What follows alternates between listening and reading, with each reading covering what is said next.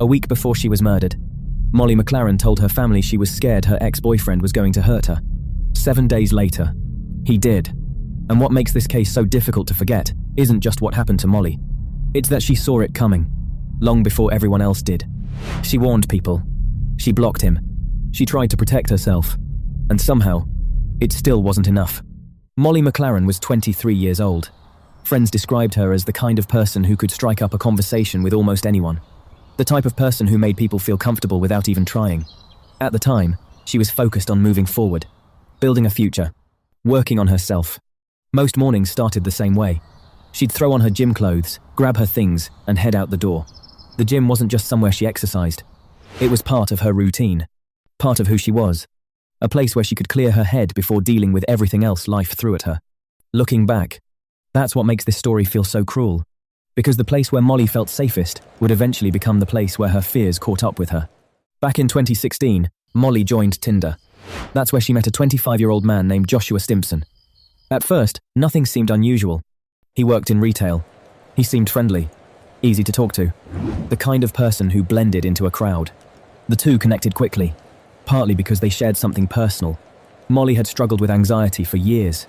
Joshua told her he understood. He spoke openly about his own mental health struggles. At first, it felt like she had met someone who genuinely understood her, someone she could be herself around. But over time, small things started feeling different. Molly would be out with friends when her phone suddenly lit up. A message from Joshua, then another. A few minutes later, another one. Where are you? Who are you with? What time are you coming home? Individually, the messages didn't seem alarming, but they never really stopped. If Molly didn't answer quickly enough, Joshua became irritated. If she wanted a night to herself, he took it personally. If she made plans without him, he wanted to know why. At first, it felt like insecurity. Then it started feeling like control. And the longer the relationship continued, the harder it became to ignore.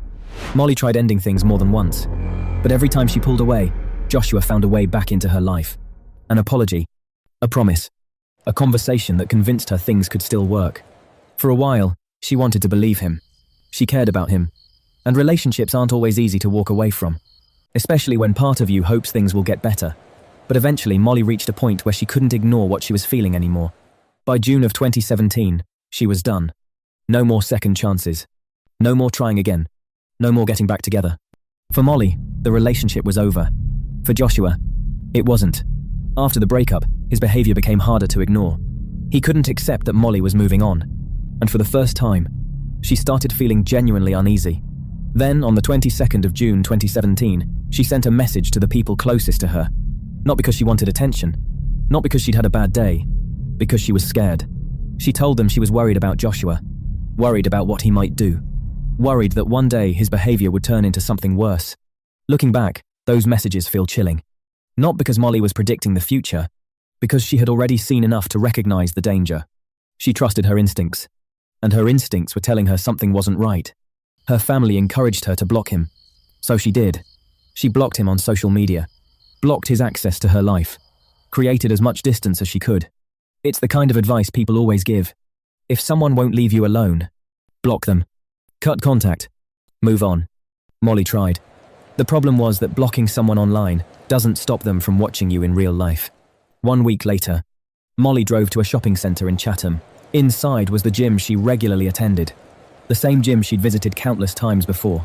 The same place that had always felt normal. Safe. Predictable. She started her workout like any other day. Nothing seemed unusual. Then she looked up, and her stomach dropped. Joshua was standing only a few feet away. Not outside. Not somewhere across town. Inside the gym, watching her. For a moment, she just stared, trying to process what she was seeing. Because deep down, she already knew this wasn't a coincidence. Joshua wasn't there by accident. He had followed her. Molly immediately pulled out her phone, took a picture, and sent it to her mother. Joshua's here. He's beside me. The message feels haunting now. Almost like she wanted proof. Proof that he was there. Proof that her fears were real. Her mother immediately told her to leave. Come home. Something wasn't right. Molly knew it too. She even confronted Joshua herself. Asked him why he wasn't at work. His response was cold. Dismissive. That's none of your business. Not long afterward, Joshua left the gym. Eventually, Molly left too. But the feeling didn't leave with her. She knew something was wrong. She just didn't know how wrong. Now she had to walk back to her car. Alone. Across the parking lot. The entire time carrying the feeling that someone was watching. The same feeling that had pushed her to send those messages a week earlier. The same feeling that had convinced her to block him. The same feeling she couldn't shake. Molly reached her vehicle, unlocked the door, and her worst fears became reality.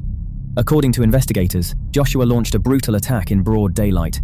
In a busy shopping center, the woman who had warned people she was scared, the woman who had trusted her instincts, the woman who had tried to protect herself, was suddenly fighting for her life. Later, the full extent of the attack became clear. Molly had been stabbed 75 times. And for many people, that number changed how they viewed everything that came before it. Because it showed that Molly hadn't been paranoid.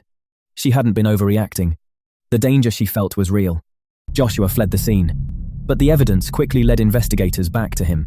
He was arrested, charged, and eventually convicted of Molly's murder. But years later, what people remember most about this case isn't the investigation. It isn't the trial. Molly McLaren didn't predict her own murder because she could see the future. She predicted it because she recognized the danger before anyone else did. The tragedy is that she was right.